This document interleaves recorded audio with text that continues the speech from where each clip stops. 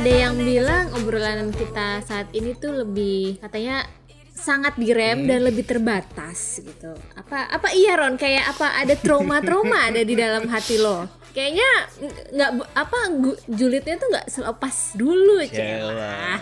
Nggak, soalnya lo nggak dengerin yang ditraktir. Kalau dengerin yang ditraktir tuh kita lepas kok ngomongnya, lepas banget, nggak ada beban gitu. Nggak penting anjir, julid aja. Jadi memang harus kasih cendol dulu di traktir. Wah, tetap kayak promo. Buat yang baru bergabung dan belum pernah melihat konten traktir kita, boleh dicek, link ada di description. Like and subscribe. Ngomong-ngomong nih, minggu ini apa yang lagi rame? Yang lagi rame, gue sedih sih Ron dengan Secret Number. Oh iya. Iya, ternyata main vokalnya Dennis secara resmi udah keluar dari Vine Entertainment dan udah keluar dari Secret Number. Setelah sebelumnya kemarin tuh masih simpang siur. Kan yang kemarin itu si Dennis nggak ikut comebacknya Secret Number yang Fire Saturday kan. Dipikir gara-gara ada masalah karena Dennis dari Amerika, jadi kayak saat dia gabung ke Vine Entertainment ada agensi Dennis sendiri, agensi sendiri dari Amerika. Disitulah kayak apa sengketa ya, apa ya, jadi masalah kontrak sih lebih tepatnya. Jadi Dennis sebenarnya pada awalnya Dennis tuh hiatus dulu kan. Jadi untuk yang Fire Saturday terus si Secret Number nambah 2 member mungkin buat menutupi Dennis. Pas awal Dennis hiatus aja gue kayak gila, Dennis menurut gue salah satu main vokal terbaik sih di current generation K-pop ya. Banget. Menurut gue in par dengan kayak ibarat kalau rivalitasnya head to head gitu, menurut gue ya sama Ningning bisa lah gitu loh, kayak bisa diadu lah gitu, maksudnya secara vokal bagus ya? Banget, iya secara vokal ya, kayak wah menurut gue ini lubang yang ditinggalkan sangat besar sekali. Tapi walaupun pas saat comeback ya kan nambah 2 member namanya Zhu dan Minji, pas gue lihat oke sih, maksudnya bagus-bagus aja kayak pas di comeback itu, walaupun kayak tetap kayak sayang sih kalau nggak ada Dennis. Terus gue mikirnya mungkin bisa settle kali ya di comeback selanjutnya, jadi mereka bertuju resmi gitu. Tapi ternyata enggak, Dennis keluar dari Secret Number. Sedih sih. Ini menurut gue setuju sama lo. Dennis tuh udah kelihatan ada charm idolnya tuh dapet banget menurut gue. Dan sebagai salah satu member yang jago berbahasa Inggris juga, jadinya modal lah gitu ya untuk market luar gitu maksud gue. Si Dennis ini gitu. Cuman ya memang pas pertama kali dia ngumumin hiatus juga gue nggak bilang kalau gue udah menebak itu terjadi, tapi kayak kondisinya kan lagi sulit juga kan di zaman-zaman Covid kemarin gitu. Mana sih Secret Number kan juga debutnya pas emang lagi awal Covid gitu kan. Dan nggak tahu kenapa sih kayak gue merasa wah bisa gak ya mereka bertahan nih gitu, bertahan at least kayak full album lah gitu. Tapi pas dia ngumumin hiatus kayak wah ternyata feeling buruk gue jadi kenyataan nih sama member yang ini gitu. Cuman gue gak nyangka kalau ternyata yang akan bermasalah malah dia. Karena gue pernah nonton wawancara dia sama Eric Nam juga di Dive, itu menurut gue dia terbilang seru gitu loh membernya. Terus juga kayak orangnya tipe-tipe yang potensial gitu. Kayak gue ngelihat Dennis tuh kayak Joshua-nya Seventeen gitu loh. Kayak gue selalu membayangkan kalau ada member yang jago Inggris terus orangnya santai, yang kayak nggak terlalu ambisius gitu, kayak Joshua banget nih, gue suka nih gitu. Dan gue meramalkan kayak bisa nih dia sukses dan lama. Ternyata cukup disayangkan juga sih ya. Jadi kayak talenta Dennis menurut gue sangat disayangkan. Jadi gue berharap dia masih bisa beraktivitas di musik, entah itu solo atau grup baru. Tapi menurut gue dia solo bisa banget sih. Bisa mungkin banget sih. Rising bahasa Inggrisnya juga bagus kan. Mungkin Active Rising kasih lagu-lagu kayak Nicki gitu, wah gak cocok banget sih. Ya boleh. Pecah habis sih, kayak sangat menantikan. Apalagi kan Dennis sempat sempat viral gara-gara yang King of Max Singer yang dia cover lagu BTS itu kan bagus banget. Itu gue mikir wah ini udah hype-nya udah naik banget nih, Secret Number terus ada Dennis. Tau-taunya entah kenapa Secret Number tuh comeback itu lama banget, jedanya setahun untuk grup yang masih kecil. Itu jeda setahun udah apa Lupa lampu merah masyarakat banget. ya. Iya, udah lupa. Jadi udah keburu ada ya ini AF Espa lah, terus apa After Kepler School, lah, iya. Stacy, udah kesalipnya udah banyak banget. Jadi kayak gue nggak tahu sih apakah masih bisa bertahan, tapi tinggal tunggu aja Secret Number di comeback selanjutnya sih. Iya, gua sih sebenarnya masih menunggu sih. Maksudnya kayak dari awal tuh pijakannya Secret Number tuh udah cukup kuat banget ya secara style dan juga secara musik gitu. Maksud gue Iya, membernya juga cakep-cakep. iya, dan Iya. potensial gitu untuk Iya. kalau misalkan Fine nggak tahu nih, maksud gua tetap seuzon aja gitu kalau misalkan Fine effort tambah gitu buat ini mungkin bisa untuk menutupi kehilangan yang kemarin setahun terakhir gitu. Karena ya jujur sih dari debut terus ke Got That Boom dan ke Fire Saturday memang gaungnya udah agak nggak kedengeran gitu, kayak ketutupan, bener kata lo, kayak Iya, udah iya. banyak yang muncul Karena yang lain. apa lagunya menurut gue juga kurang sih.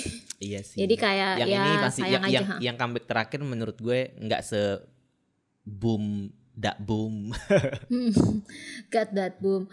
Ya udah, kita mendoakan aja yang terbaik untuk karirnya Dennis. Gue sangat menantikan, entah itu cover-cover lagu dulu sambil apa TikTokan dulu merintis ya kan. TikTokan, Bisa ya lah bikin-bikin cover aja tuh bisa cepet. Sekarang juga. viral aja lah. Dimulai dengan viral. Next. Ini dia ada ini pasangan ini disebut kayak Machine Gun Kelly dan Megan Fox. Megan Fox-nya Korea. Gimana? Itu kan Tapi agak geli gak sih gue kalau ngeliat MKG sama Megan Fox, agak geli Iya, sebenarnya. itu kayak aneh sih cara mereka awal-awal kayak wah ini keren sih, edgy banget, tapi makin kesini menurut gua aneh. agak Tapi ya agak terlalu ini ya ekstrim sekali. iya, ekspresifnya itu terlalu ekspresif gitu. Nggak, nih bercanda sih, maksudnya Hyuna sama Idol nggak se ekstrim itu, malah menurut gua ini mereka lebih soft dan lebih lebih lucu, pokoknya nggak se ekstrim Machine Gun Kelly dan Megan Fox. Megan Fox. Kok gue hampir ngomong Megan Trainor, soalnya gue baca di tweet kayak ada yang ngejokes gitu kan, terus gue mikir secara style sih mungkin iya kali ya, kan Don gayanya kayak Machine Gun Kelly yang yang nyentrik, jadi gue pas baca jokes itu gue Komentarnya. ngakak banget sih.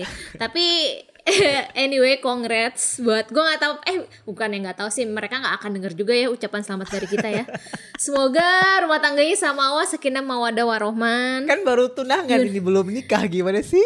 Ya nggak apa-apa lah. Iya, kita berpositif Kan beda thinking kulturnya. ya. Iya, Akhirnya Hyuna dan Don resmi bertunangan. Nah, yang kayak gini-gini nih yang dinantikan dari pasangan-pasangan yang lain, karena gue nggak tahu apa kalau ngikutin yang kemarin Park Shin-hye nikah sama Cho Tae-jun itu momen yang sangat benar-benar sakral gitu. Entah kenapa ya, maksud gue mungkin bukan orang yang ngikutin Park Shin-hye dari nol karir dia banget, tapi gue tahu dan nonton drama-drama dia dan gue suka gitu. Dan fakta bahwa Park Shin-hye punya banyak teman idol tuh membuat gue jadi merasa ketika nonton pernikahan dia di timeline Twitter itu kayak rame banget. Ada Dio, ada siapa, Lee Min Ho, terus ada teman-teman semua aktor yang pernah dia mainin juga, ada member Suju juga gitu. Maksud gue banyak lah gitu teman-teman dia yang nikah, yang datang ke pernikahan itu gitu. Dan itu membuat gue jadi merasa kayak kalau orang-orang ini bisa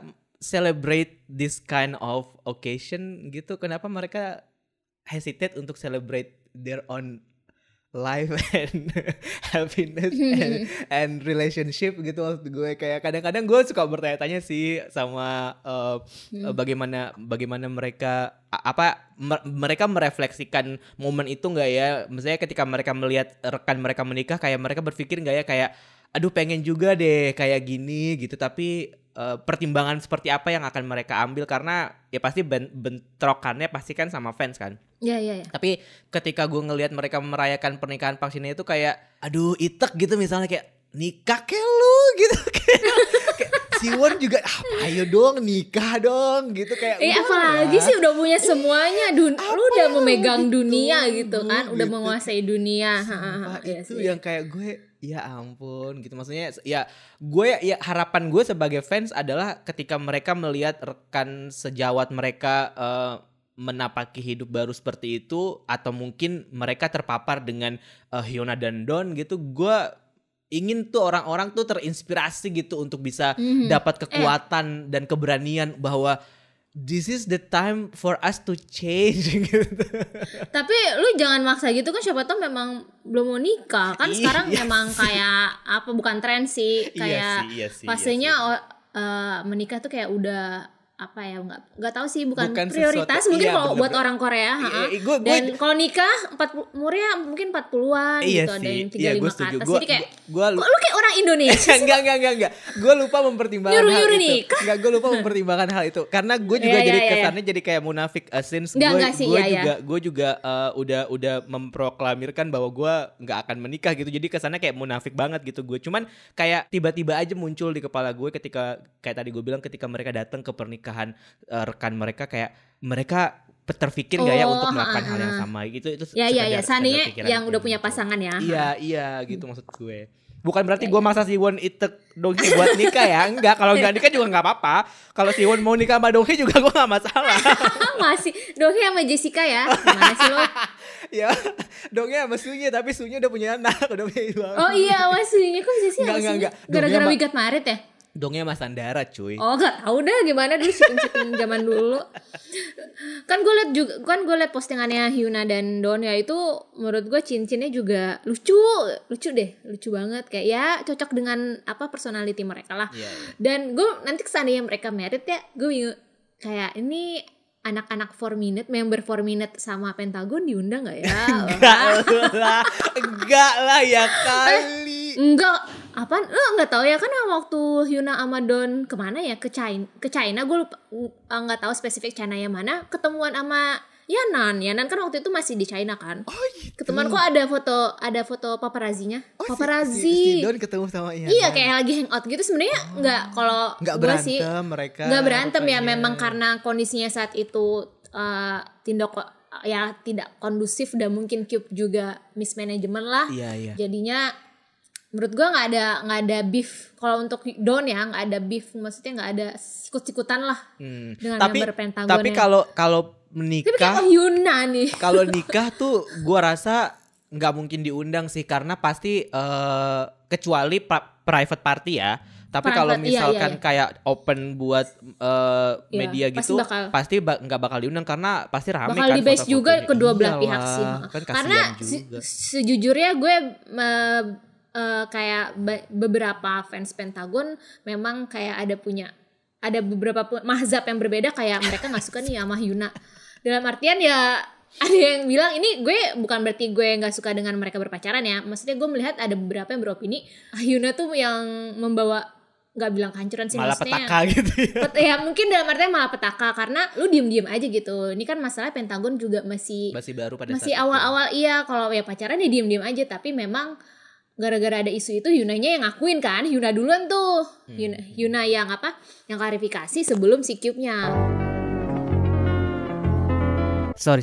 Yang bagian ini klarifikasi dulu. Yang pertama kali ngebantah Cube, dan kemudian Hyuna baru ngaku setelah itu. Biar gak salah ya.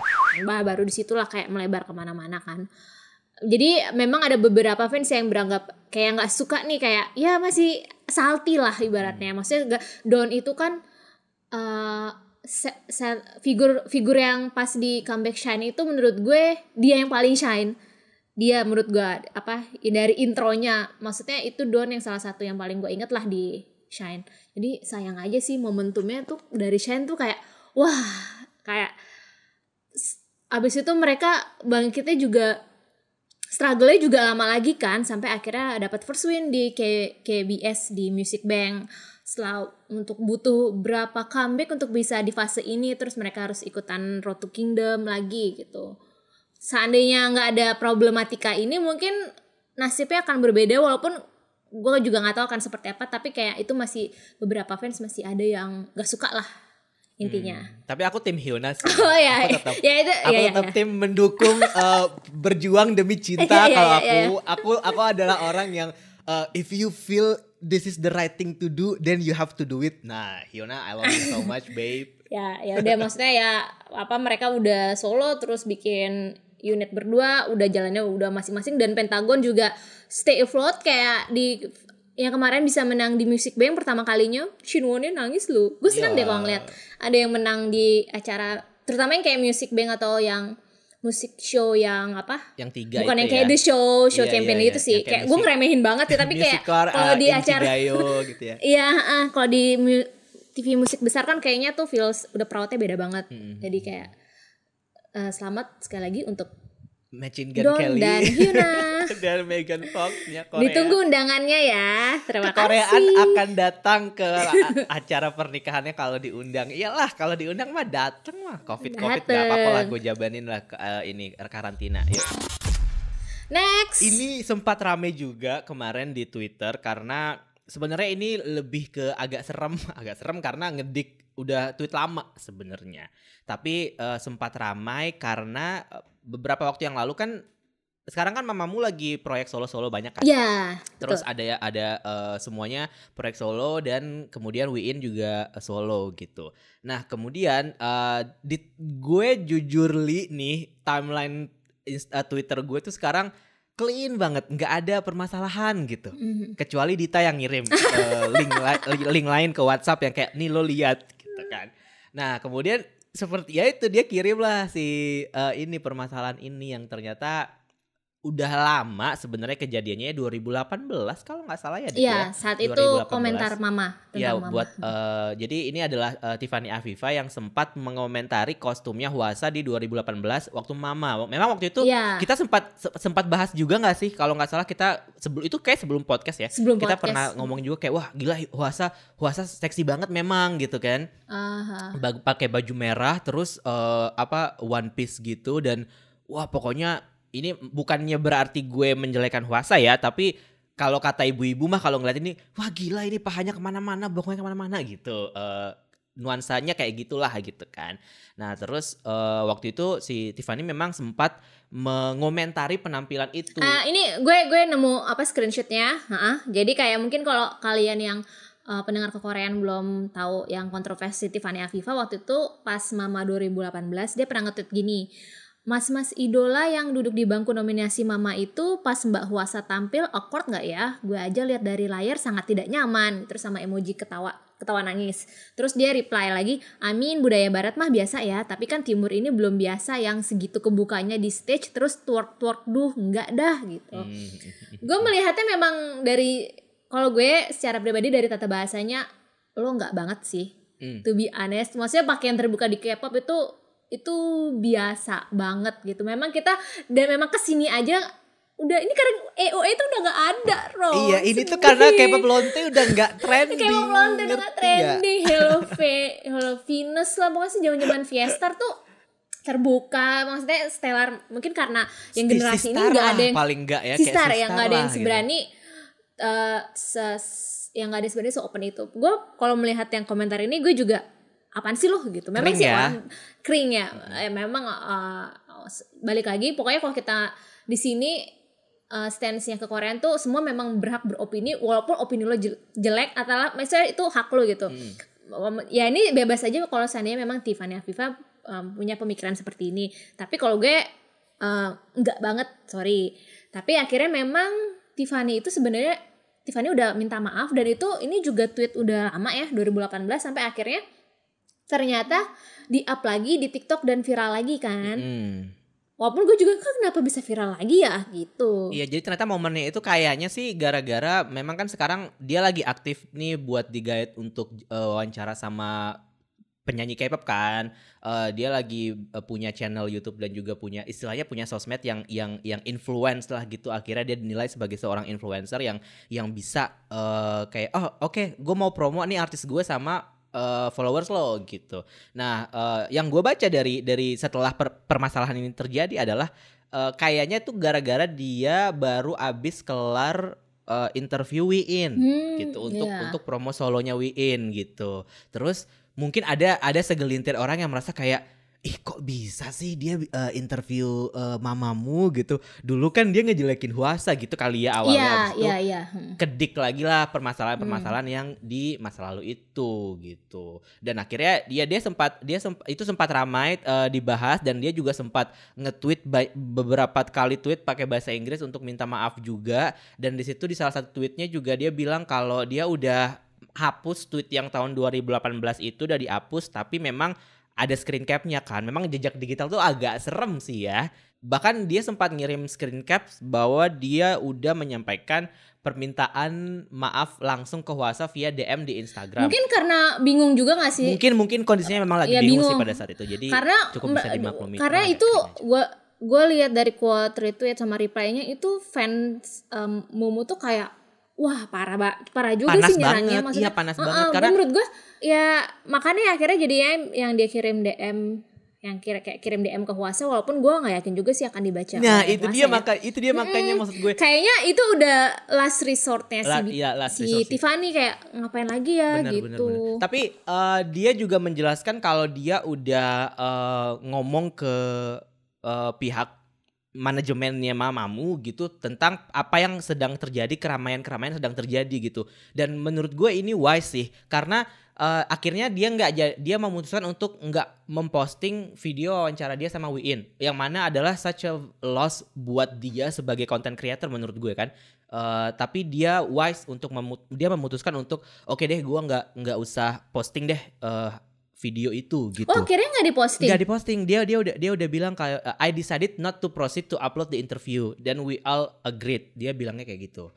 Jadi itu salah satu solusi. Gue nggak tahu solusi atau enggak. Tapi itu wise, karena kalau misalkan dia tetap lanjut dan tetap yang kayak ya udah gitu ya, bodo amat lo mau ngomong apa gitu, damage-nya bakal lebih gede ke dua belah pihak gitu. Maksudnya kayak mungkin dari pihak mamamunya juga merasa bisa jadi kayak mereka dinilai jadi kayak kok lo milih influencer yang pernah ngejek lo sih buat jadi promo gitu kan. Siapa tahu ada komentar-komentar seperti itu yang akan bermunculan. Dan ke mental Tiffany-nya juga mungkin akan lebih berat juga kalau misalkan dia tetap mengupload video itu. Dan di situ gue melihat ini sebagai sebuah solusi, dan pada akhirnya oke, ini udah clear gitu. Karena dia juga open ngomong ke ke manajemennya mamamu gitu. Dan itu nggak gampang kan kondisinya. Posisi dia juga pasti terjepit banget dong kayak gitu. Maksud gue dia mungkin posisinya kayak 2 tahun yang lalu, tweetnya udah berapa tahun yang lalu udah dia hapus juga, dan dia udah start a new life, clean slate gitu. Terus tiba-tiba ada yang munculin lagi nih tweet yang itu gitu. Jadi kayak gue jadi Tiffany sih kena mental banget sih pasti. Jadi ya ini salah satu cara dia untuk meresolve this problem sih menurut gue itu wasi. Dan di situ gue sangat memuji keputusan dia untuk kayak oke, kita nggak posting videonya gitu. Keren ya, sih. tapi kalau di satu sisi gue kesel sih yang masih kayak fansnya mamamu yang kayaknya gila itu ngerujaknya kayak maksudnya mau minta maaf seperti apapun kayak nggak akan cukup, it's not enough. Iya pasti. Ya percuma. Jadi kayak kenapa ya, maksudnya ya memang itu itu salah. Tapi kan ya udah minta maaf. Ini sih yang menurut gue fans K-pop tuh kayak kadang-kadang demanding untuk minta maaf. Udah minta maaf tetap aja nggak bisa dimaafin, kayak buat muasin egonya aja gitu. Terlepas mungkin cara bahasa minta maafnya kan mungkin ya seperfect nggak ada yang bikin bisa memuaskan fans gitu loh. Kadang gue gedek juga sih pas liat, aduh nih kenapa ya fansnya tuh ya simpel lah, udah minta maaf udah gitu, tapi masih aja ngerujaknya tuh ya itu aja sih. Gue sangat menyayangkan. Let go-nya tuh lama ya, susah gitu ya untuk nggak bakal let go sih kalau gue lihat. Iya sih benar. Dan tapi ini kayak hal-hal yang kayak gini memang cuman waktu yang bisa menyembuhkan, tapi kalau udah di-trigger sedikit nggak bakal sembuh lagi gitu. Terus kayak gue kepikiran sih Ron, nanti suatu saat seandainya kita dapat kesempatan ya untuk interview Big Bang gitu, pasti akan diungkit-ungkit nih. Lo kenapa? Lo? Kita bakal didik lah nanti itu. Abis lah kita nih. Terus abis, udah tapi kita kalau ada yang kalau misalkan nih ya, sebuah mukjizat gitu kan, YG tiba-tiba kita Big Bang mau comeback, terus kita mau lo wawancara Big Bang gitu misalnya. gue akan bilang sama lo sih, Dit, kita tolak aja, Dit, kita harus Iya, wise aja sih, betul. kita harus wise sih, kita nggak bisa Ya, daripada pede banget, kena mental kan, daripada kena mental dirujak lagi. Mendingan kita Ya. udahlah, kita ada kok podcast yang lebih besar daripada kita. Ya, jangan.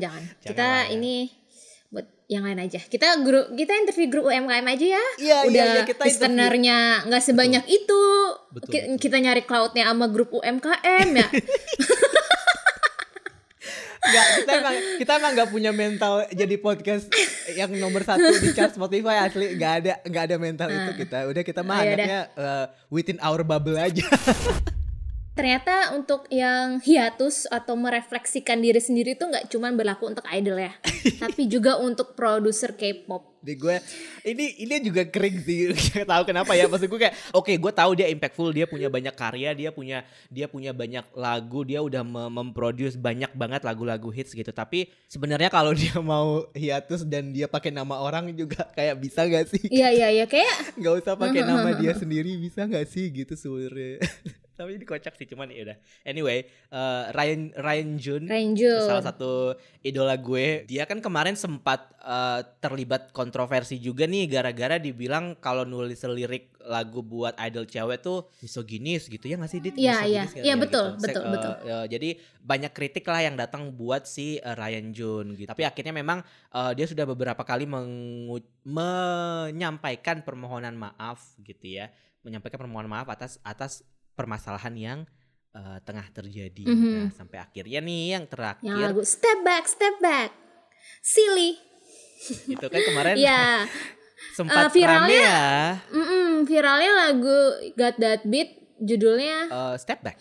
Di situ kan lo tau gue I don't really care about lirik kan, iya. kayak bodo amat. Tapi memang suatu ketika itu kan mereka pertama kali showcase di SM Town Kwangya konser Lili Manggarai Station. Di situ memang gue nontonnya video di Twitter dulu tuh, dan kalau yang pas di acara konsernya itu mereka perform dan ada liriknya di kanan, di kiri bawah. Dan apesnya gue melihat lirik tersebut. Jadi pas gue nonton di Twitter ada liriknya, mau nggak mau kebaca dong. Gue biasanya bodo amat sih dengan lirik, kan gue nggak tahu juga artinya. Pas gue baca, ya Allah nih, lo gimana ya? Ini membernya semua sangat powerful lah. Maksudnya dari generasi Boa terus sampai terakhir ada si Winter. Walaupun kayak sayangnya harusnya ada Luna FX sih di situ ya. Menurut gue kurang Luna banget. Kan gak ada di SM lagi. Iya makanya sayang banget gak ada Luna. Cocok banget dari situ padahal. Maksudnya mungkin konsepnya kan ya girl power lah, gimana kayak lo harusnya menyampaikan woman. Sebuah lirik yang empower gitu ya, empowerment gitu. Tapi gue sebagai mungkin karena gue perempuan dan gue sangat nggak relate dengan lirik tersebut, jadi gue kesel banget anjir. Dan itu sangat menurut gue itu sangat mengurangi enjoy gue dengan lagu tersebut. Ini untuk pertama kalinya, ini mungkin gue lebay kali ya, ini karena gue apes aja sih melihat ada, seandainya ada kontroversi ini dan gue nggak akan mau lihat liriknya juga. Seandainya gue nggak tahu liriknya mungkin gue nggak masalah, tapi karena kemarin kebetulan terlihat aja dan itu sangat mengurangi kenyamanan gue. Itu bisa dimengerti. Padahal secara performance oke, lagunya menurut gue juga tipikal ini kayak Super M versi perempuan aja sih, kayak Super M juga Got That Beat versi laki gitu. Menurut gue ini sama konsep yang sama dengan Super M, lagunya menurut gue keren, kayak lagu empowering sebenarnya kalau dari tipikal nadanya ya, tapi ternyata liriknya kayak gue sampai berpikir apakah seorang Boa dan Taeyeon yang menurut gue punya power yang mungkin dia lebih berani, apalagi kita lihat Boa kan kalau behind the scene-nya dia sangat suka kasih input lah, mulai dari dancing dan konsep segala macamnya, nggak bisa menolak begitu membaca liriknya. Gue nggak tahu sih ya kalau gue kenapa Boa nggak bisa menggunakan powernya untuk menolak lirik tersebut, sampai memang kontroversi, banyak beberapa fans yang minta untuk digantikan, tapi kayaknya nggak peduli juga sih dengan kritikan tersebut. Toh juga lagunya terakhir gue lihat di top 3 Melon gitu. Iya, mereka juga lagunya kan sukses banget. Acara musik juga udah second win juga kan di music show. Iya, mereka ini Got That Beat terlepas dari kontroversi itu tetap sukses sih. Terus gue mikirnya iya sukses mungkin karena liriknya memang terkesan misogininya itu kah, apakah salah satu faktor yang bikin sukses? Lo tau sendiri kan kayak kontroversi kayak pria Korea lihat Irene baca buku yang tema feminis aja dihujatnya habis-habisan kayak mungkin gue nggak bilang itu faktornya sih, tapi kayaknya ya ini sangat dinormalkan menurut gue, lirik yang nggak masuk akal ini aja diterima diterima masyarakat Korea dengan pencapaian chart yang bagus itu, terlepas dari beatnya enak dan performance-nya bagus ya. Jadi kayak ini untuk pertama kalinya lirik tuh sangat menghancurkan experience gue dalam menikmati lagu. Jadi kayak gue sangat kesel dengan Ryan Jun-nya, sangat kesel dengan Ryan Jun kenapa bikin liriknya seperti ini. Dan setahu gue dia kontroversinya nggak cuma seperti ini, tapi juga di behind the scene dia suka derogatory kayak ngeremehin idol perempuan gitu, suka mengeluarkan kalimat-kalimat yang menyudutkan idol perempuan. Jadi kayak bagus lah lu hiatus, walaupun gue nggak tahu sih ya prakteknya kalau seorang produser kan bisa aja ghostwriting ya kayak nggak pakai nama dia gitu, tapi tetap aja dia yang bikin pakai alias baru. Pakai namanya juga, RJ gitu misalnya kan. Iya kan, jadi kayak nggak tahu deh. Gue nggak yakin sih apakah dia beneran akan hiatus ya. Tapi gue ini sih hot take gue di kontroversi ini kayak why kenapa ini bisa di ACC liriknya. Iya itu sih salah satu hal yang juga membuat gue bertanya-tanya gitu ya, kayak ketika maksud gue kan dia bukan orang, maksudnya dia adalah pihak ketiga gitu dari sebuah produksi gitu kan. Dan ketika produksi kan ada produsernya lagi tuh nanti di dalam manajemen gitu kan, yang keputusan terakhirnya gitu buat ini konsep seperti ini, lirik seperti ini, lagu seperti ini gitu. Bener sih kata lo kayak kenapa Boa lah gitu ya, atau Taeyeon gitu nggak speak up buat itu gitu, atau mungkin anak-anak yang lain juga tidak mempertanyakan bahwa lirik ini bermasalah atau gimana. Tapi ya mungkin gue nggak tahu juga sih ya, maksudnya kayak gue tidak mau menyalahkan para membernya juga, karena gue rasa mereka juga korban juga nggak sih di sini sebenarnya. Iya juga korban. Iya sih. Gue tahu ya. Kalau gue jadi mereka sih gue akan kering banget, tapi ini udah jadi kewajiban gitu kan. Terus gue sempet kayak pas abis nonton Got That Beat itu, gue terus kayak langsung nge-tweet gitu kayak pantas Irene gak ikutan. Ini only my joke ya, please don't take it seriously. Jadi gue nge-tweet gitu kayak pantas Irene gak ikutan, kan Irene feminis kan. Terus dia juga dibenci banget sama pria-pria di sana. Maksudnya tapi kalau menurut gue memang pria-pria orang ini nyebelin. Gue nggak tahu ya, misoginis di Korea tuh memang udah parah sih penyakitnya. Ini tuh kayak mungkin lanjut dari yang kontroversi Ryan Jun. Jadi gue tuh selalu memiliki mazhab kayak semua cowok Korea tuh brengsek, dalam artian kayak gara-gara gue baca baca kontroversi yang Hyosung. Iya, yang Hyosung. Hyosung Secret. Jadi Hyosung tuh dulu membernya Secret. Ada yang tahu Secret nggak ya? Pasti ada aja lah ya. Itu pokoknya grup-grup generasi 2 lah, seangkatan sama Sistar dan Girls' Generation juga nggak sih mereka seangkatannya? Di situ Hyosung tuh sebenarnya speak up kalau perempuan itu banyak banget terima kekerasan dalam berpacaran di situ. Di situ kayak omongan menurut gue kayak ya Hyosung kan perempuan, wajar dong kalau dia vokal dengan isu seperti itu, isu kekerasan di dalam pacaran. Nah di situ pria Korea tuh sampai protes sampai mereka tuh semacam konvoy kah, gue nggak bilang demo sih ini karena isunya nggak relevan ya, nggak penting untuk didemokan, tapi kayak konvoy aja bikin keributan, gaduh-gaduh, di mana kegaduhan itu dia protes dengan Hyosung. Terus disitulah dia mereka sampai ungkit-ungkit lagi. Lo ngomong kayak maksudnya gimana ya, yang pakaian Hyosung yang terbuka terus dijadiin terpal, bukan terpal, apa sih nih Ron? Spanduk terpal. Iya, terus foto Hyosung yang di SNL atau apa? Iya, yang di SNL deh kayaknya yang itu. Terus dijadiin spanduk, itu tuh kayak mereka tuh lagi ngerendahin Hyosung banget, padahal di situ kalau gue baca reply atau quote retweetnya ya, jadi sebenarnya Hyosung tuh juga nggak nyaman di SNL itu, tapi itu part of skitnya.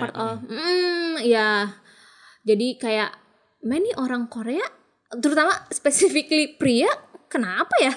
Dan maksudnya, dan ini tuh banyak banget, nggak cuman ke Hyosung, waktu itu kan juga atlet panah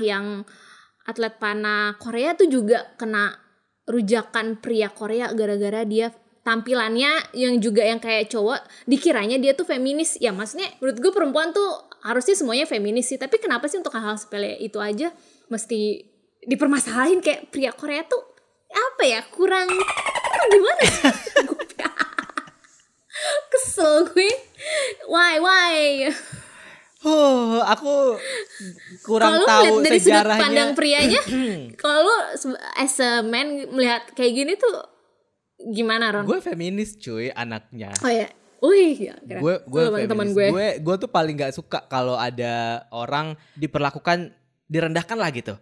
Maksudnya kan itu sesuatu yang common sense aja gitu, kayak itu kan nggak nyaman ya buat dilihat gitu kan.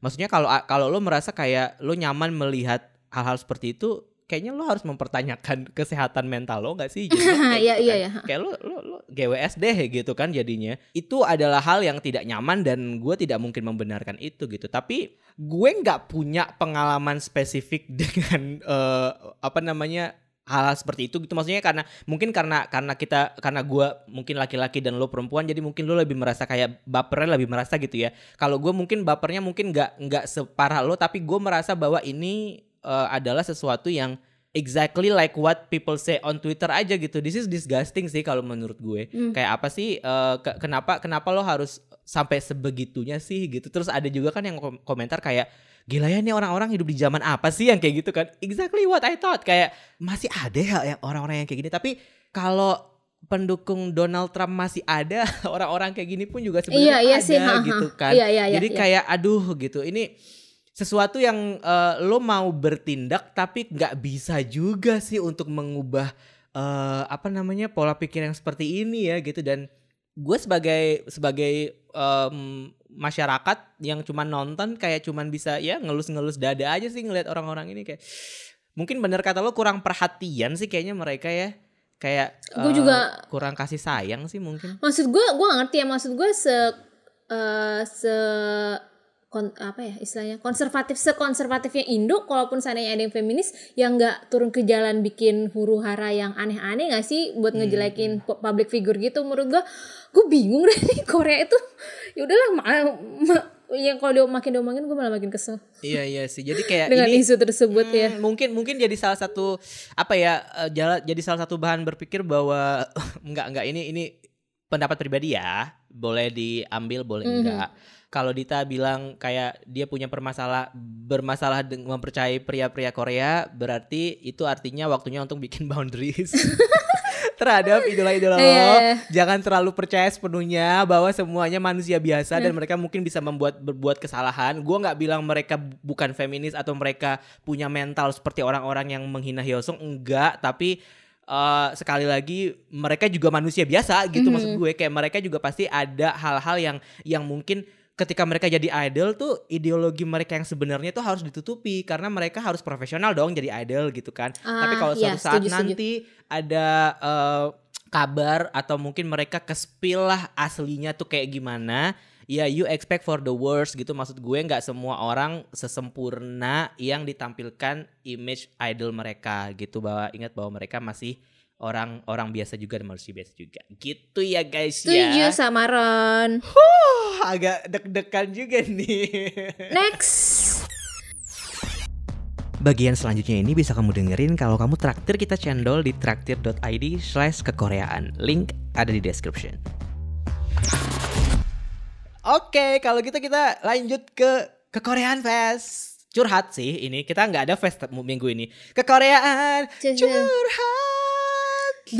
Gue baca di IG, lo baca di Twitter ya. Ya, oke, gue dulu. Nih ada yang nge-DM #Kekoreaan curhat. Hai Kak Ron dan Kak Dita, mau curhat? Well, 101 is back. Tapi aku bukan mau curhat tentang 101, tapi tentang X1. Aku kira EXO tadi. Sebagai wanit, jujur iri setelah 101 disband, mereka masih bisa ada kesempatan bareng lagi. What I mean is not like 101 did not deserve this. They are deserve this. 101 and Wannables deserve this. But as a wanit, I think we are deserve too. We are deserve a proper goodbye from them. 2 tahun lebih X1 bubar, tapi tuh Kak, aku masih stuck sama mereka. Aku tuh udah ikhlas mereka udah disband, tapi kayak masih ada yang ngeganjel. Terus aku mikir apa nih karena pisahnya gak baik-baik ya? Cile kayak pacaran aja. Maksudnya tuh kak, kita dijanjin 5 tahun, aku udah ngebayangin bakal tumbuh bareng mereka selama 5 tahun. Terus tiba-tiba mereka hiatus, terus diumumin mereka bakal lanjut. Seminggu kemudian tiba-tiba diumumin mereka disband tanpa ada proper goodbye gitu.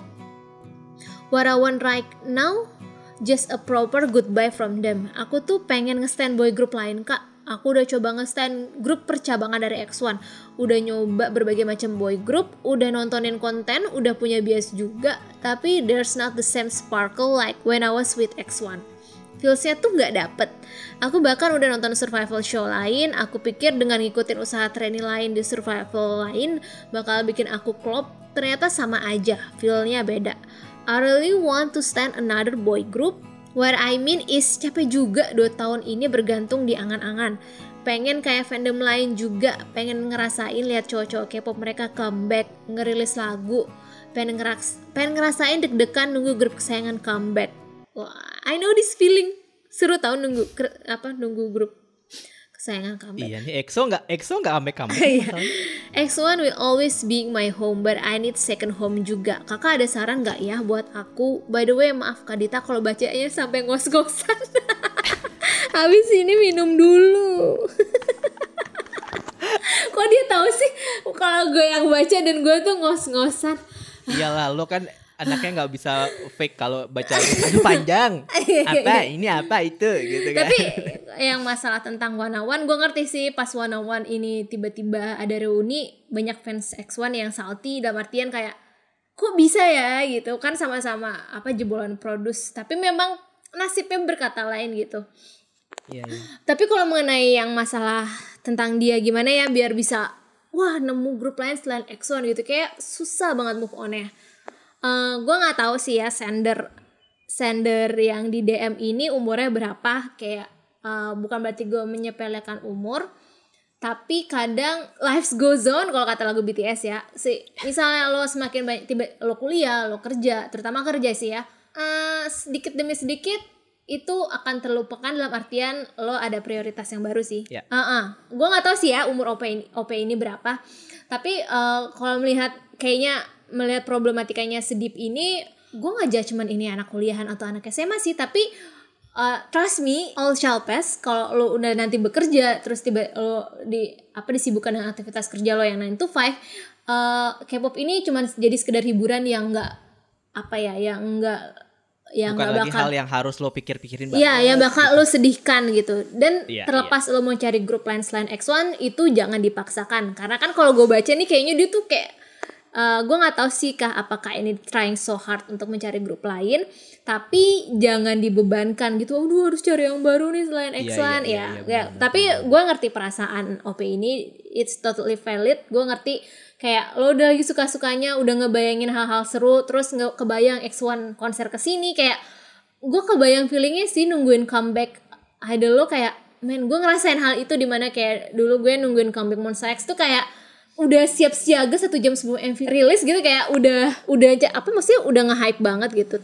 Tapi ini kadung terjadi dan time heals sih, kayak lo udah embrace your wound, gimana ya, lo udah embrace your pain sih lebih tepatnya. Jadi gue nggak bisa kasih saran apa-apa. Kalau menunggu suatu saat itu akan sembuh sendiri sih, dan pasti akan menemukan penggantinya.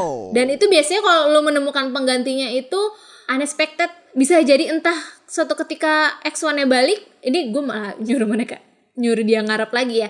Maksudnya jangan dibebankan untuk segera mencari grup-grup lain sih. Tunggu aja, let it flow aja. Mungkin grup yang lo suka belum debut, atau mungkin grup yang lain ternyata lo suka sama lagu dan konsepnya, tiba-tiba lo nge-stand dia, kan lo juga nggak tahu ya. Jadi gue nggak bisa kasih opini banyak selain waktu yang akan menjawab. Sebenarnya jawaban hal ini tuh simple kali ya Ron. Tapi mungkin cara terbaik sih rehat. Maksudnya kayak menurut gue kalau misalkan kita terlalu fokus untuk kayak gue harus cari pengganti gitu, kayaknya makin ribet gitu, makin susah untuk bisa lupa, untuk bisa move on. Karena ketika lo dalam perjalanan untuk mencari pengganti, di back of your head tuh kayak alasan lo apa buat cari pengganti? Oh, gue harus move on dari X1, tapi malah jadi nggak move on ujung-ujungnya gitu. Jadi let it flow aja. Kayaknya gue sering banget ya bilang kayak gini, Ron, kayak gue ngerti banget perasaan itu ya ketika pas isunya yang Wano keluar, kayak gue udah sering banget ngoceh ini.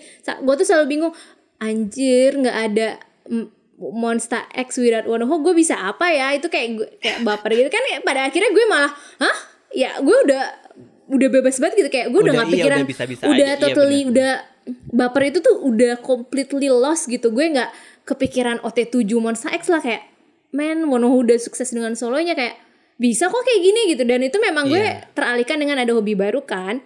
Dan ini memang kan kalau kita mencari tanda kutip penggantinya gitu, mencari sesuatu yang baru kan, memang kalau gue dalam hitungannya mungkin cepat, orang lain ada yang lama, kayak misalnya yang ini yang baper tentang EXO lu yang baper EXO kok nggak balik-balik nggak nyambung sih. Ini nggak apple to apple sih, maksudnya yang selain Disband apa ya yang heboh tuh ya, Lukas misalnya deh. Yang Lukas kayak nunggunya lama banget kan. Lu mencari sesuatu fun yang baru, konten baru, tanda kutip konten baru yang menggantikan Lukas itu bisa cepet, bisa lama. Memang tergantung ini sih, tangan-tangan gaib di mana kayak itu nggak bisa ditebak masalahnya. Kalau menurut gue sih sebenarnya gue tuh 2022 ini lagi pengen menikmati proses gitu. Jadi kalau gue rasa mungkin lo merasa sekarang agak susah untuk move on dan menemukan pengganti karena lo terlalu fokus untuk move on dan menemukan pengganti gitu. Tapi coba untuk menikmati prosesnya gitu. Jadi jangan berfokus pada hasil akhirnya, tapi menikmati prosesnya. Jadi jalanin aja gitu, kayak nonton aja video-video yang lagi berseliweran gitu. Atau nggak cari hobi baru kayak nonton Thailand mungkin ya. Nih mungkin nonton anime. Bad Buddy series bagus kalau misalnya mau nonton. Iya, Om Nanon is my spirit animal, mungkin bisa buat dilihat. Cari itu hobi menyenangkan. Hiburan kan nggak melulu tentang K-pop ya. Maksudnya kita terbiasa terhibur oleh K-pop, jadi kalau misalnya hiburan itu ternodai, kita berusaha mencari tentang K-pop juga gitu loh, yang kayak apa ya. Sebenarnya hiburan lo tuh media itu banyak banget kan formatnya ya. Kayak lo nonton Thailand nih lagi rame, mungkin bisa dicoba-coba ya. Atau enggak nonton baca-baca manga atau manhwa BL sih. Gue gak tahu sih apakah dia suka BL ya, tapi ini tuh kayak populer banget sih Ron di timeline gue. Malah jadi pelarian banget ya. Iya pokoknya ya istilah sekarang tuh kan cowok gepeng lah atau apalah ya, kalau kata anak zaman sekarang. Ya mungkin benar. Main Genshin itu free loh, download dah. Main Genshin tapi usahakan free aja ya.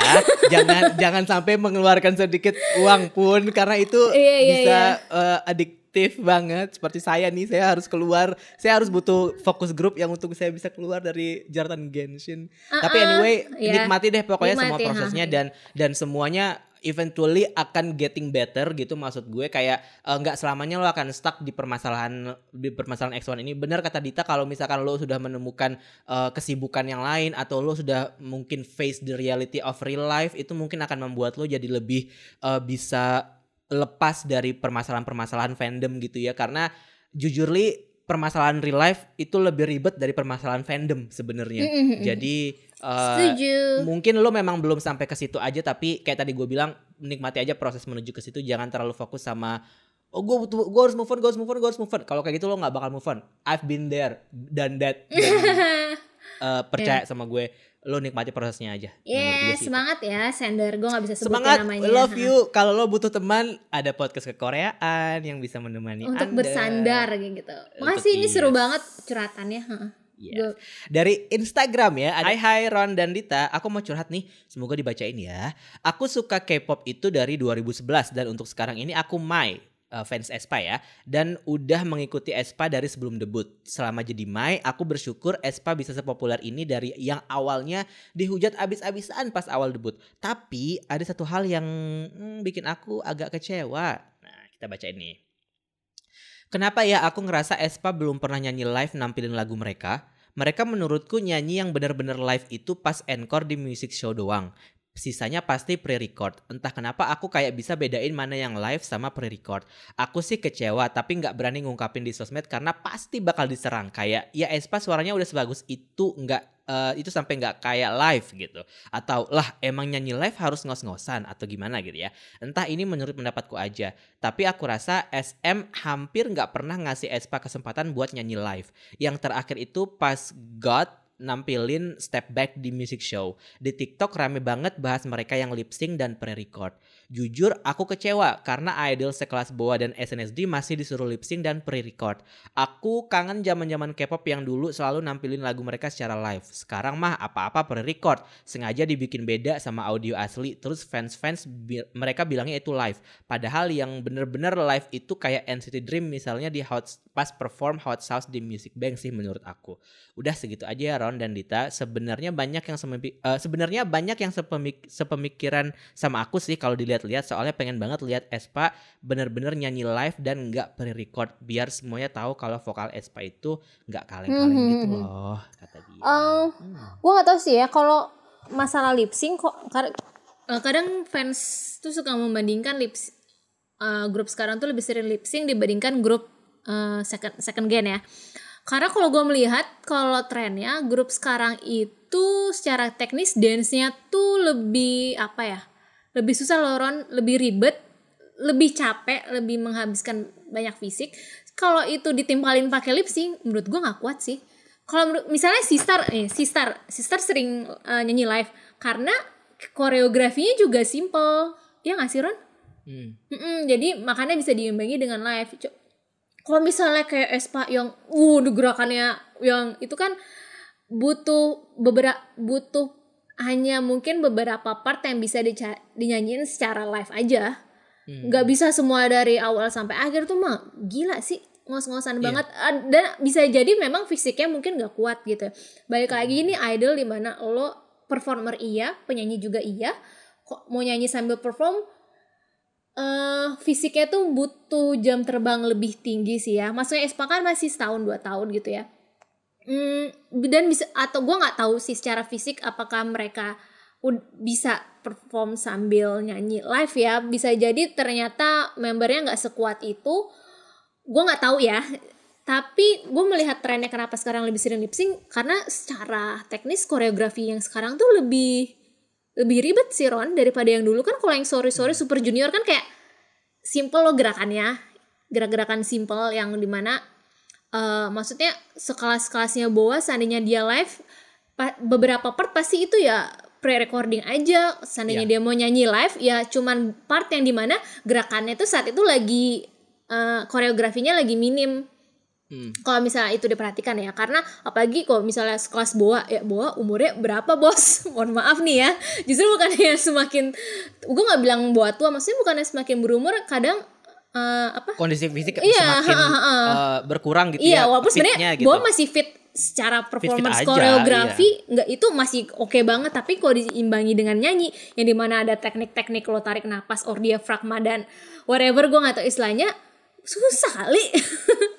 Makanya kalau gue itu sangat memaklumi lip sync sih, kayak gue nggak ngerti sih kenapa orang zaman sekarang tuh kayaknya kalau lip sync tuh gimana ya, karena gue melihat mereka performer dan penyanyi gitu. Tapi memang bisa, makanya kan mereka untuk melihat capability-nya mereka sebagai penyanyi ada lagu-lagu balad di situ baru lah mereka, atau enggak baru itu ditampilkan di konser. Tapi untuk sekedar tampil yang cuman daily music show aja kayaknya lo tiap minggu capek nggak sih? Beda artian kalau misalnya lo konser di mana lo memprepare fans lo bayar di situ, ya lo nggak lip sync, kayak wajar kalau lo mempertanyakan. Tapi untuk kayak weekly music show di mana lo sebagai idol setiap minggu music show ada 5, capek gak sih? Belum lagi pre-recordingnya yang tampilan harus apa GR dulu nunggu segala macam ya kan. Dan makanya lip sync itu kapabilitas sebagai penyanyi itu kadang dilihat dari penampilan mereka encore kan. Di situ kan mereka tampil live kan. Maksudnya pas encore aja kadang suka ada suara-suara yang kayak off key, yang dimana kan Twice kayak tuh sering banget deh jadi apa Kamu tiba-tiba bahas Twice? enggak, Twice tuh sering dijadikan bulan-bulanan netizen Korea Iya, gara-gara iya, ini iya, bilang apa mereka kalau nyanyi live jelek yang kayak misalnya di encore segala macem. Menurut gue ya itu maksudnya mungkin nyanyi berdiri biasa aja, apalagi kalau nada tinggi susah nariknya, apalagi kalau sambil Dance kalau ya sambil kan? koreo. Jadi kalau menurut gue sih not really nggak masalah sih mau itu lip sync atau enggak ya. Balik lagi K-pop itu satu paket penuh, ada konsep, ada kostum, ada koreografi, ada nyanyi, make up, semuanya dijadiin satu sih. Jadi gue nggak, itu cuman salah satu indikator aja dari keseluruhan paket tersebut. Jadi gue nggak terlalu, bukan concern gue sih, tapi kalau memang ada beberapa fans yang concern ya gue ngerti hal tersebut. Dan kayaknya kalau mau yang gak lip sync kayak kita harus nonton konser gak sih? Itu kalau menurut gue. Dan kalau nggak salah dulu pernah ada satu wawancara Boa juga pernah ngomongin soal ini sih, soal lip sync, dan dia sudah mengakui bahwa nggak bisa lo kalau mau jadi idol solo K-pop, lo nggak bisa kalau nyanyi semua lagu satu full lagu sambil koreografi. Seorang Boa aja udah mengakui hal itu, lo nggak bisa gitu. Apalagi Aespa gitu misalnya yang baru cuma 2 tahun gitu kan. Kayak ya bukan tidak menutup kemungkinan Aespa bisa melampaui Boa yang sudah karirnya lama, tapi seorang Boa aja udah bilang kalau nggak bisa, penyanyi itu nggak bisa kalau misalkan tampil 3 menit nyanyi 3 menit dia akan koreografi dan itu full semua live tuh nggak bisa. Boa udah mengakui itu dan dia pernah ada wawancara yang dia mengakui itu dan dia nggak bisa. Makanya kayak waktu dia perform Only One misalnya, dia di situ dia nyanyi live tapi ada part yang dia bawa backing vokal juga gitu, yang mana live-nya dinyanyiin sama backing vokal gitu karena ya make Only sense, One kan susah banget gerakannya kan. Nggak mungkin akan dia dance dengan segala energi itu dan dia juga harus nyanyi gitu. Gue kalau untuk yang masalah lip sync ini gue tipe yang kayak penting nggak penting, perlu nggak perlu, tapi memang butuh gitu. Karena nggak setiap menyambung omongan lo tadi, nggak setiap saat seorang idol itu kondisinya fit gitu. Itu kalau dari sudut pandang si idol ya. Dan yang kedua, setahu gue di acara musik itu tuh kan ada peraturannya ya. Kalau dulu yang paling ketat itu kalau nggak salah yang paling ketat itu peraturannya itu kayaknya MBC deh, Music Core. MBC itu kayaknya paling ketat, kayak pokoknya kalau perform di Music Core itu paling enggak 80% itu harus live. Kalau dulu nih, seingat gue 80% itu harus live. Jadi 20% itu boleh lip sync dan segala macam gitu. Mungkin sekarang peraturannya udah berubah dan masing-masing TV tuh beda-beda tuh kebijakannya gitu. Dan ada pernah juga gue ngeliat satu video yang direkam waktu pre-recording King of Mask Singer gitu. Tapi ini perlu dipertanyakan juga sih validitasnya, soalnya di situ dia membandingkan apa yang dia dengar di studio dengan apa yang dia tonton ketika acaranya sudah tayang gitu. Kenapa gue bilang gak valid? Karena kita menilai dari video yang dia rekam di handphone kan, pasti kualitas suaranya beda dong yang masuk ke handphone sama yang udah ditayangkan di TV kan. Jadi nggak bisa. Tapi di situ angle dia tuh dia bilang kayak, iya Korea tuh selalu maunya perfect aja gitu. Padahal kalau di TV tampilannya suaranya jadi bagus banget. Padahal kalau misalkan nonton di live-nya nggak sebagus itu kok sebenarnya aslinya gitu. Dia bilangnya kayak gitu. Tapi balik lagi karena itu rekaman dari handphone, gue nggak bisa ngejudge apakah itu memang bener jelek atau gimana gitu. Cuman yang perlu diingat adalah bahwa ini acara TV gitu. Nggak mungkin acara TV mau dibuat mereka rela membiarkan kesalahan terjadi di acara TV. Iya, setuju. Yang pertama itu berkaitan dengan kredibilitas kru yang bikin acara, produser yang bikin acara. Yang kedua tentu saja sama artisnya juga gitu. SM tentu saja nggak mau kalau misalkan artisnya dibilang kayak ngos-ngosan nih Winter atau jelek nih suaranya gitu kan, nggak mau. Tapi dulu pas EXO debut live sih, dan itu kedengaran banget live, dan itu lo bisa cari deh stage live-nya EXO di Inkigayo, itu lo lihat gimana mereka live dan lo akan bisa menilai sendiri gitu. Maksud gue untuk posisinya adalah ini acara TV dan itu harus perfect memang, karena ya balik lagi itu kebutuhannya memang kebutuhan untuk TV gitu. Makanya kenapa sekarang acara musik itu pre-record, ya mereka ingin mengejar kesempurnaan itu gitu. Mereka ingin membuat acara ini sebagai sebuah acara yang nggak ada celahnya.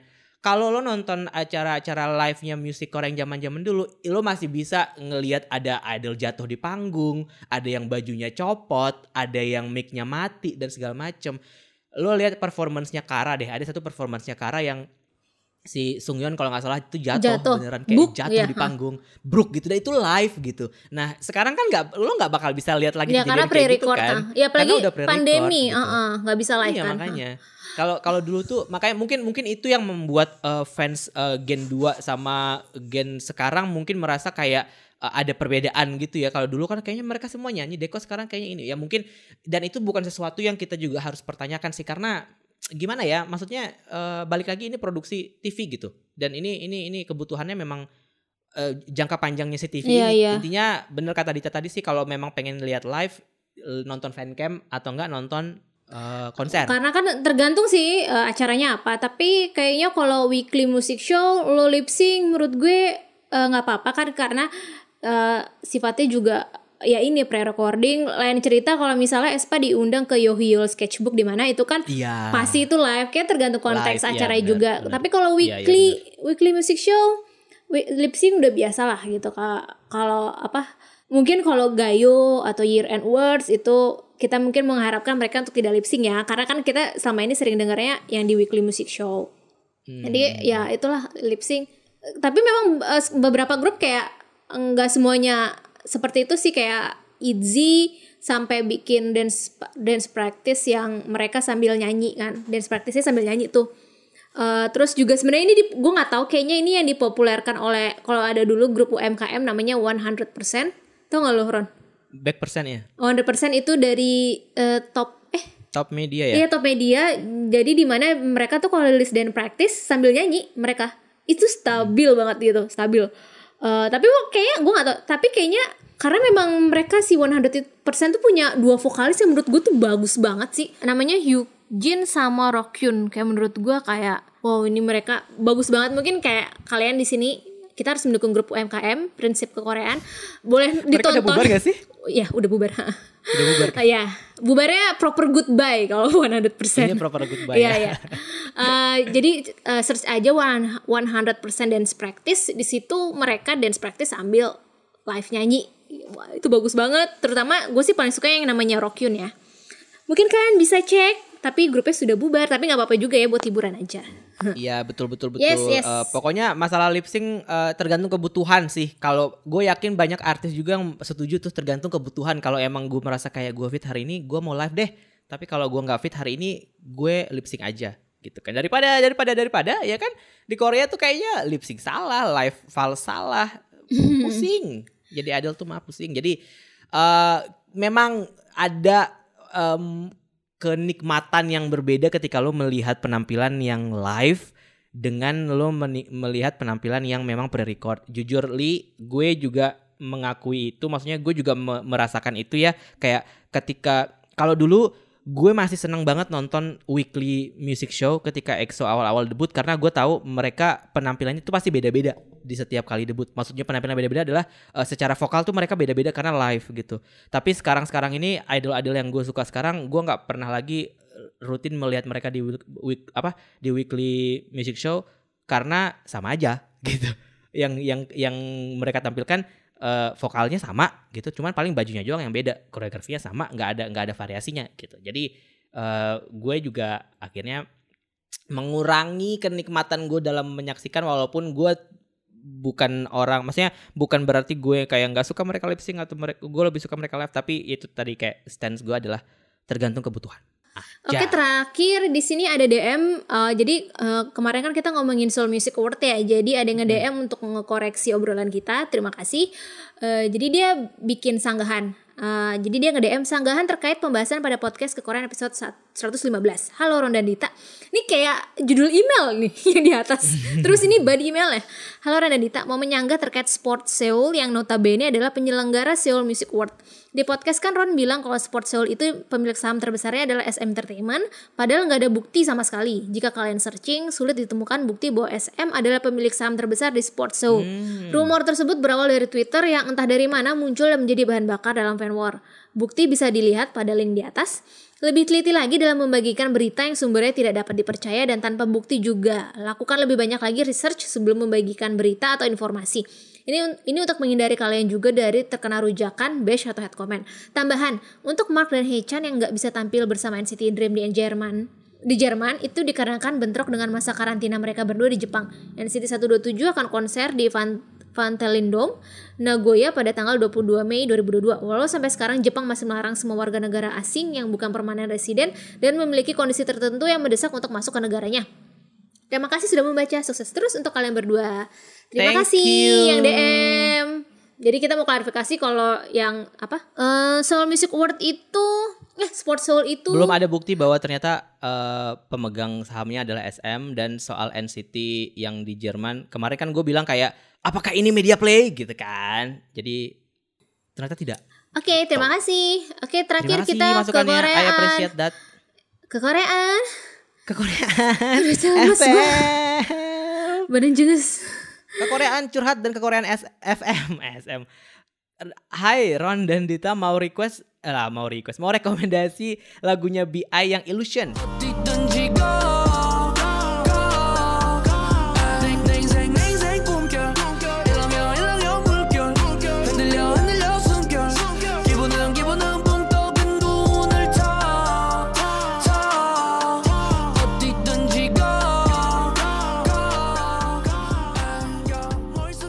Terus juga mau request nih juga buat topik dan opininya tolong diluapkan secara tajam seperti di season 1 ya. Berasa banget banyak yang ngeremnya nih, tapi ya paham sih, cuman kangen aja sama opini dan pembahasan pas season 1 kayak anak demen K-pop lagi nongkrong terus ngegibahin sana sini tanpa ngerasa ada tanggung jawab apa-apa. Kayak toh yang diomongin juga opini pribadi dan gak fitnah, jadi kerasa jujur aja. Terlepas dari itu, kalian mau ngelanjutin ini aja gue udah syukur banget, soalnya gue udah jarang ngikutin K-pop dan kekoreaan adalah sumber dari segala sumber. Sehat-sehat terus ya kalian, terima kasih. Tapi maaf banget tuh kayak kemarin ada yang blunder. Semoga nggak kegocek aja ya. Ya jujur nih sebenarnya kita pengen seperti itu sih, tapi melihat kayak sebenarnya follower Spotify kita semakin banyak, gimana pun K-pop itu bagi beberapa fans akan sangat sensitif. Jadi untuk bisa kayak alat anak tongkrongan, kalau sebenarnya kalau mau diomongin, gue kalau Amaron di WA sih itu lebih parah sih obrolannya. Jadi itu biarkan itu jadi ini walaupun itu akan dieksklusif di traktir pun kayak nggak bisa juga ya Ron. Nggak bisa juga segitunya sih. Kita harus ingat sih kayak ini followersnya makin banyak dan pasti nggak akan ada yang suka juga, termasuk yang dari obrolan kita sepanjang ini. Dan selama obrolannya kita ofensif dalam artian nggak dirujak kali ya, paling kalau sekedar kasih sanggahan ini gue masih senang banget nih karena itu baru appreciate banget sih. Benar. Tapi kalau udah dirujak gitu kan kayak sebenarnya kita menghindari hal tersebut ya, berusaha menghindari hal tersebut karena itu tidak menyenangkan sih. Tapi terima kasih, kita tetap akan berusaha untuk sebisa mungkin akan lebih lepas lagi ya. Jangan lupa untuk cendol di traktir kalau mau obrolan lebih lepas. Oke, lanjut ke Korean FM. Ada yang di Twitter dari @ddaliong. Hai Karon dan Kak Dita, senang banget bisa dengerin Kekoreaan lagi. Kak, tolong puterin lagunya Changmin yang Fever dong. Ini lagu bener-bener cocok banget untuk mahasiswa tingkat akhir. Semangat buat kalian semua, semoga dimudahkan dalam pengerjaan skripsiannya. Aku udah gak skripsi. Maksudnya ini buat pendengar Kekoreaan ya. Alhamdulillah udah lewat. Semangat. Ini Changmin mana ya? Changmin Dongbang Shinki atau mana nih? Dongbang Shinki lah yang Fever. Gila, belum dengerin lo ya. Fever tuh yang comeback kemarin ya? Ya, comeback kemarin. Semoga kita semua diberikan kesehatan dan dijauhkan dari segala macam penyakit. Amin. Tapi title tracknya tuh bukan Fever. Judulnya Devil. Baca gimana sih orang Devil? Fever itu B-side tracknya. My baby.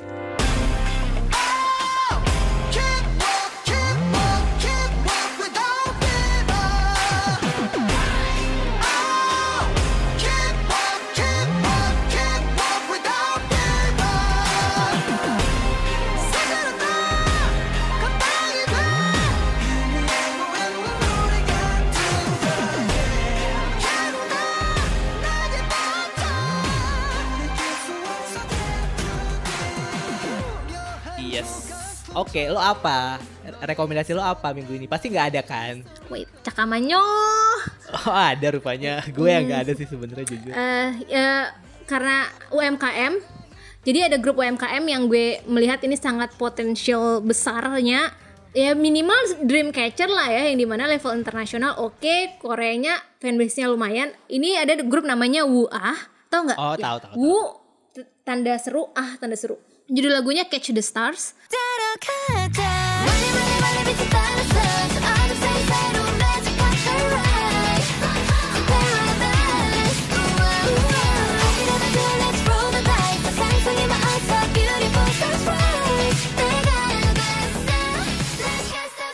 Gue merasa di satu membernya ini yang comeback sekarang visualnya tuh ada yang mirip Irene banget tapi versi ceria. Emang Irene gak ceria menurut lo? Irene kan Ice Princess gitu kan. Ini tapi tuh senyum cerianya banget tapi mukanya tuh kayak Irene. Jadi gue ngeliatnya kayak kaget gitu kan. Coba deh, lagunya juga enak, performance-nya. WUAH ini koreografinya unik-unik sih. Jadi kalian harus patut kulik WUAH, judulnya Catch the Stars. Oke. Nah, lu gak ada kan? Gue ini bukan lagu baru. Terus ini juga bukan artis yang nunggu-nunggu banget. Entah gimana ceritanya ketika gue menuju ke minggu kita rekaman ini, gue kepikiran terus sama lagu ini. Lagunya Gain, tau gak?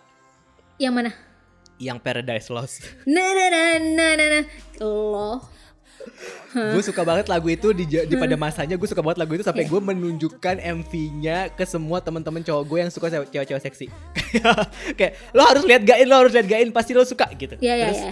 Terus mereka dengerin dan oh ya ini lagunya catchy, beda ya kayak K-pop yang lain, karena pada saat itu kan K-pop dalam pikiran mereka kayak yang SNSD gitu kan, yang kayak iya Sistar kayak gitu. Tapi ketika mereka ngeliat Gain kayak wah kok bisa kayak gini. Jadi itu salah satu masterpiece di K-pop sih.